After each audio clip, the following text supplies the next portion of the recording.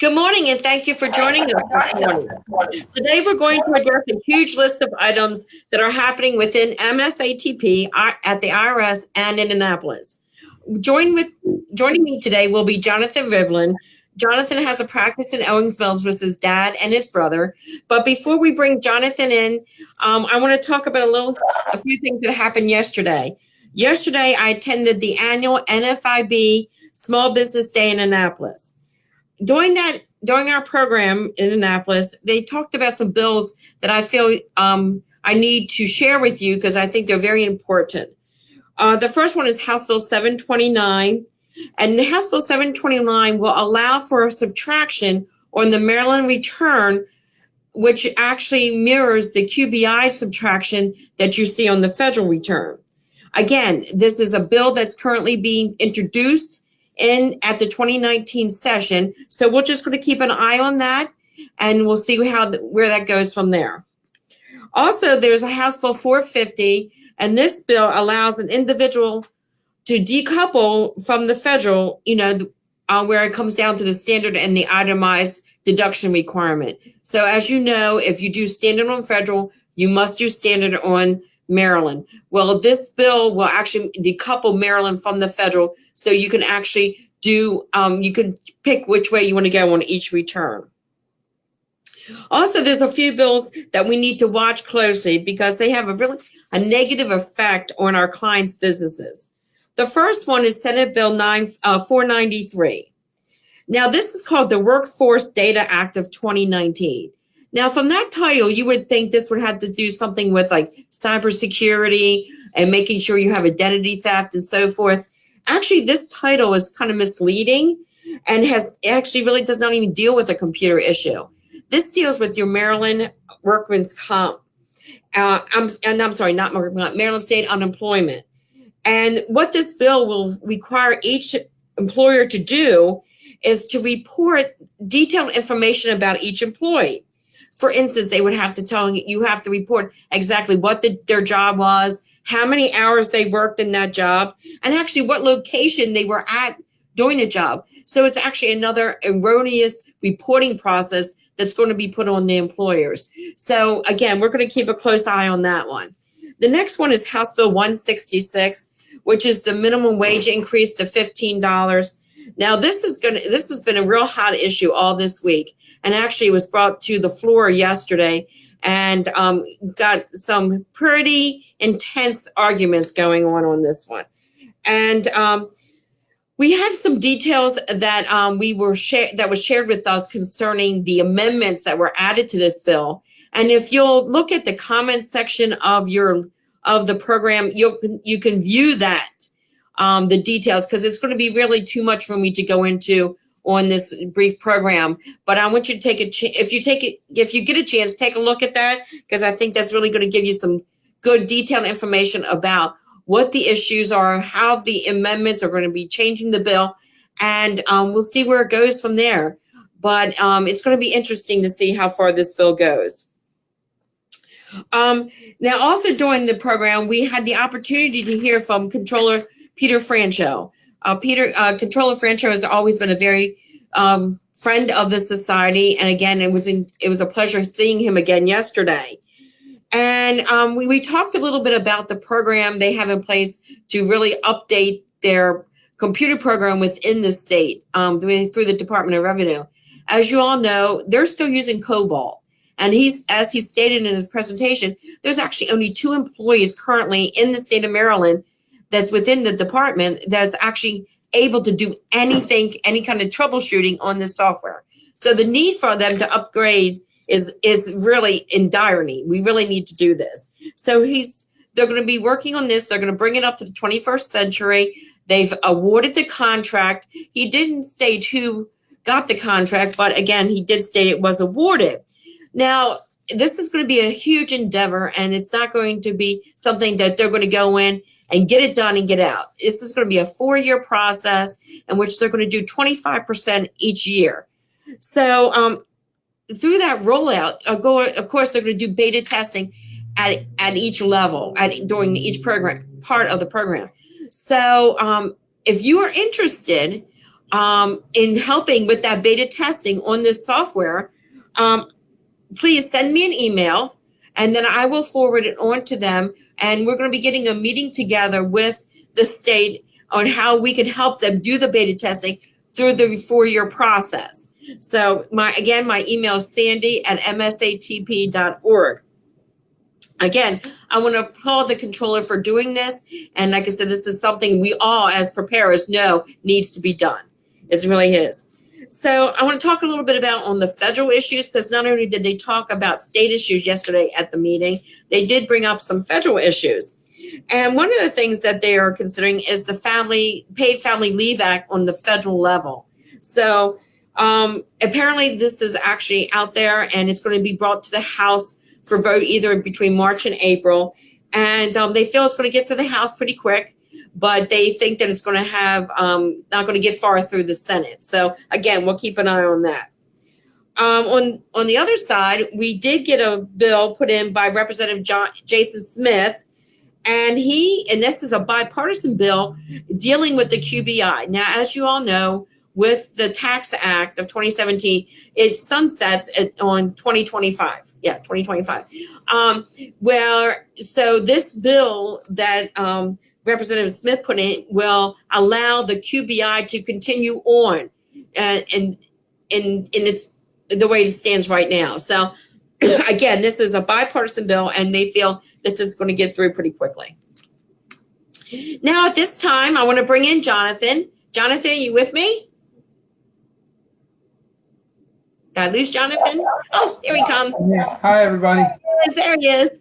So, Jonathan, good morning. How are you this morning? I'm okay. How are you? Great. Now, Jonathan, you and I and our other team members, Adrian Simmons and Matt Lincoln and Ellen Silverstein and Judy Pincus and Kate Ladon, all working on a new program called the Young Professionals Leadership Program. Yes, we are. And Jonathan, can you share some thoughts and what can we expect from this program? First, I want to thank all my team members, and especially you, Sandy, and Ellen, for leadership and guidance on helping us get started and organized on this. It's a very exciting program. Glad to be a part of it, but couldn't do it without you. Oh, thank you. Also, I'll be interested in being a beta tester, so I'll okay. I'm going to put you down. Okay. Yeah. Before we get into the specifics of the program, I just want to give a little context. So my own history with the MSATP, I started as a member here, I want to say like 17 years ago, and this will be my 21st tax season. So my career will be old enough to drink, and after this tax season, it will need to. This is the truth. Right. But in the beginning, I just knew the society as the place to go to get my CPE credits, and I kind of took it for granted. Over the years, I realized that the society did much more than continuing ed, and that the society only exists on the will and contributions of its members. And I realized that I couldn't be in practice without the society helping me. And if I wanted the society to continue, I needed to be part of it. So that's what prompted me to get more involved. And then as I started looking around and seeing what was going on at the society level, and also what was going on at our own firm and at other firms that we network with and our clients' businesses, is that there's a need for succession planning. Yeah. And if you're waiting until the very end, like, oh, I want to retire next year, that's too late. So it's up to us to grow the next generation of leaders now and make that commitment, a long-term commitment for them. And so that way there will always be someone to take up the mantle of the society. So it'll be here for another 60 years and then some. Yes.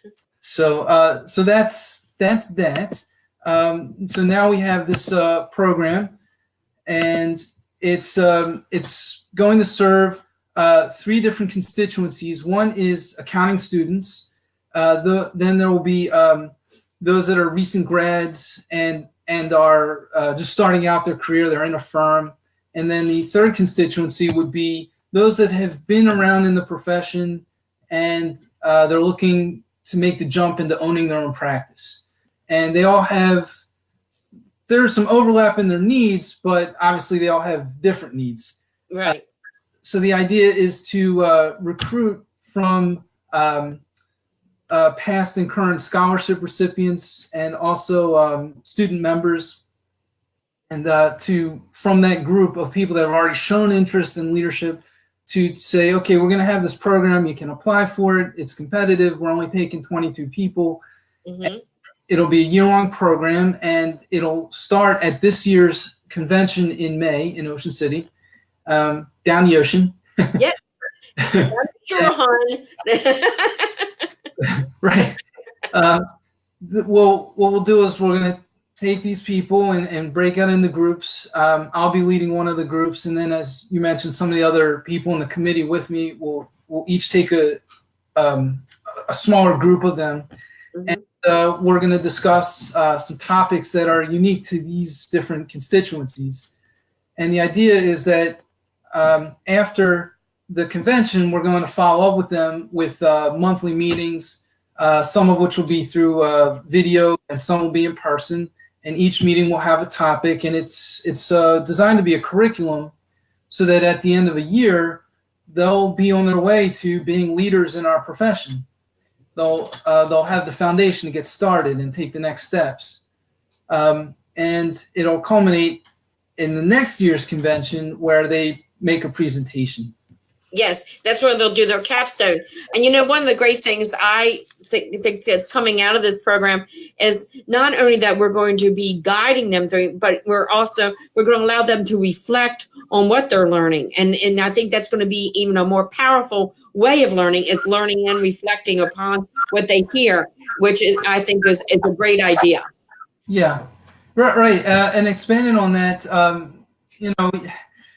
coming out of college, I'll never forget this. I could do a bank rec if all the items in the homework problem at the end of the textbook chapter was given to me. But then, I go to do a real bank rec, and I'm like, where's my data? Right. Then you realize you have to talk to clients, and that's a whole different skill set. That's not, at least it wasn't taught when I was going through. I don't know if they're teaching it now, but. Well, you're right. Like you said, communicating is part of it, and also actually the writing. I mean, that's what you brought to the table. That we have numbers, but they have to be able to communicate, and they have to be able to correspond. Not only to their peers, but to other governments and banks and financial institutions. And so this is all part of that process, in which they're going to be learning about at this event. Yes. Just amplifying on that. Sorry about that. Okay.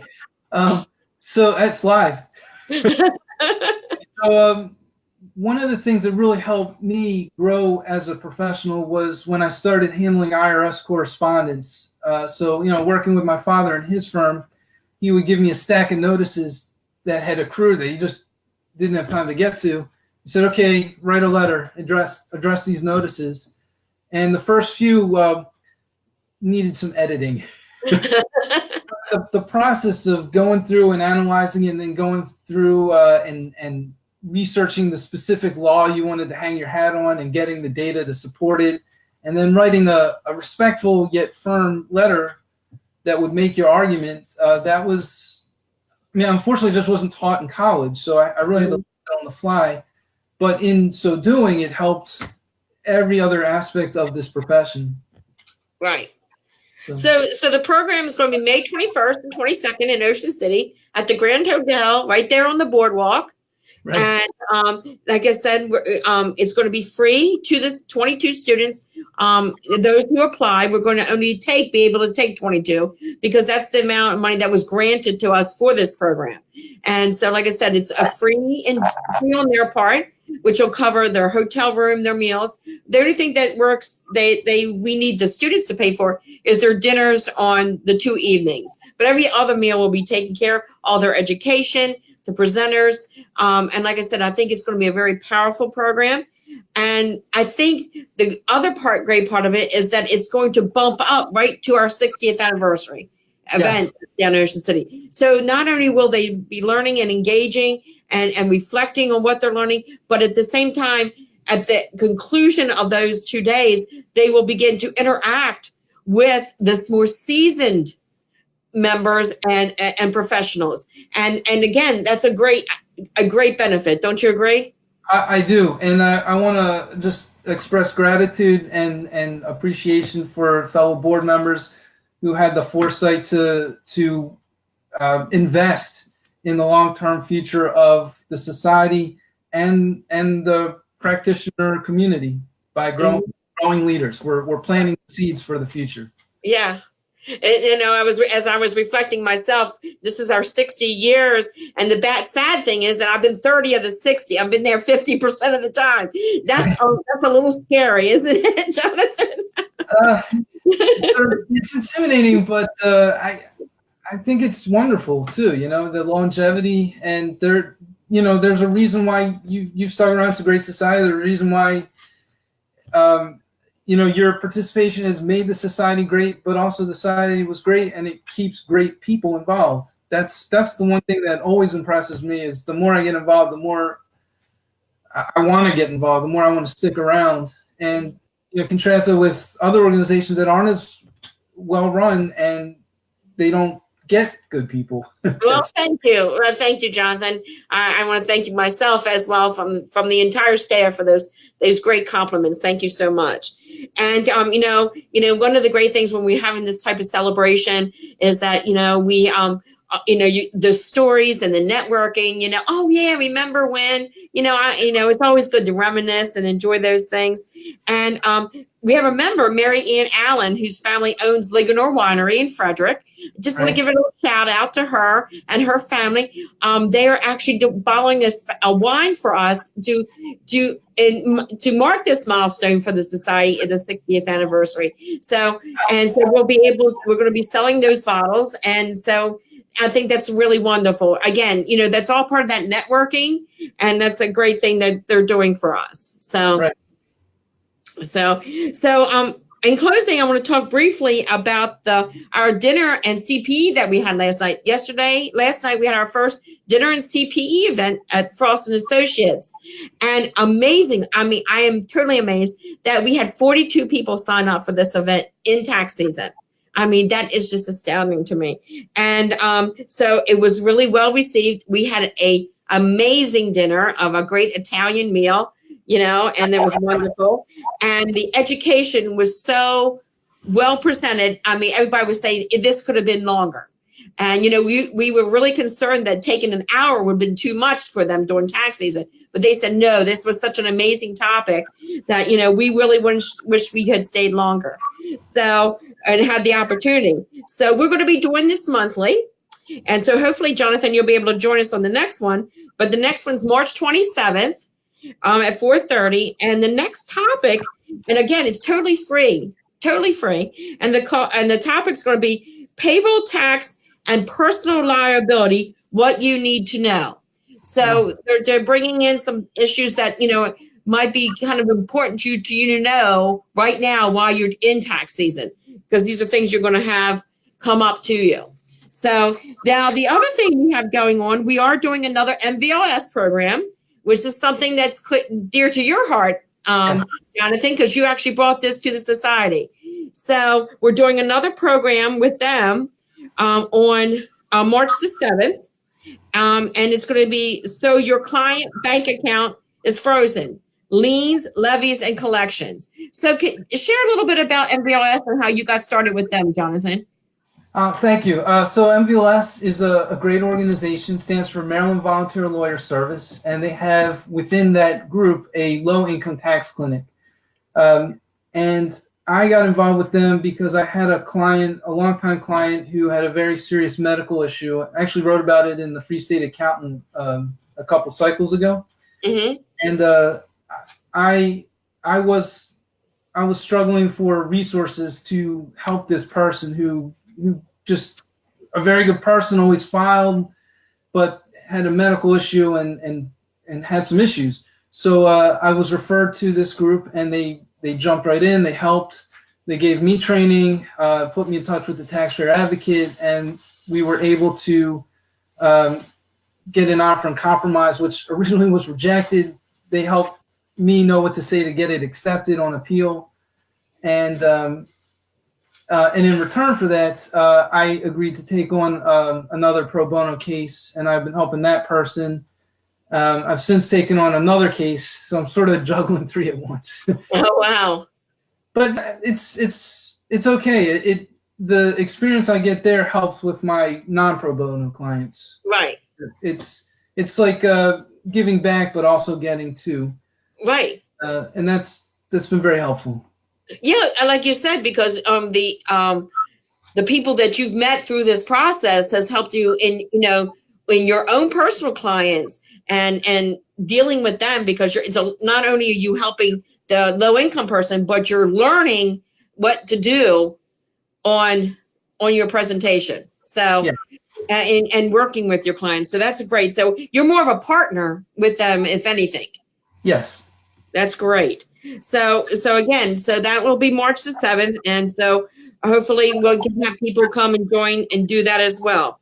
So I really believe that, our last two, we had the 199A and the one last night during tax season, and both of them sold out. So I hopefully, it's great, and we're really excited about that. And so if you're interested in this topic or either of those topics, make sure you sign up early.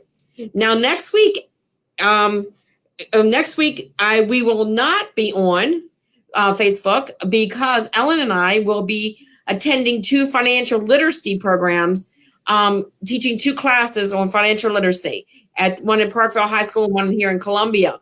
So again, always the society is constantly doing parts of the community and working with MVLS, the financial literacy program. These things that, we're doing more than just offering education. Just as you stated in the beginning, we're more than just an education provider. So, which is good. So our next show will be Friday, March the 15th. Friday, March the 15th. We will have a huge announcement on that day. So I want everyone to mark their calendars, because this is great. And I know you'll be busy pushing out those last corporate returns on March 15th, but you want to take this small half an hour and join us on the program, because we're going to have a huge announcement that day, and you don't want to miss it. So Jonathan, again, I cannot thank you enough for joining me this morning. I always enjoy our conversations. You're a true pleasure. And I'll see everyone on Friday, March 15th at 9 o'clock. Thank you.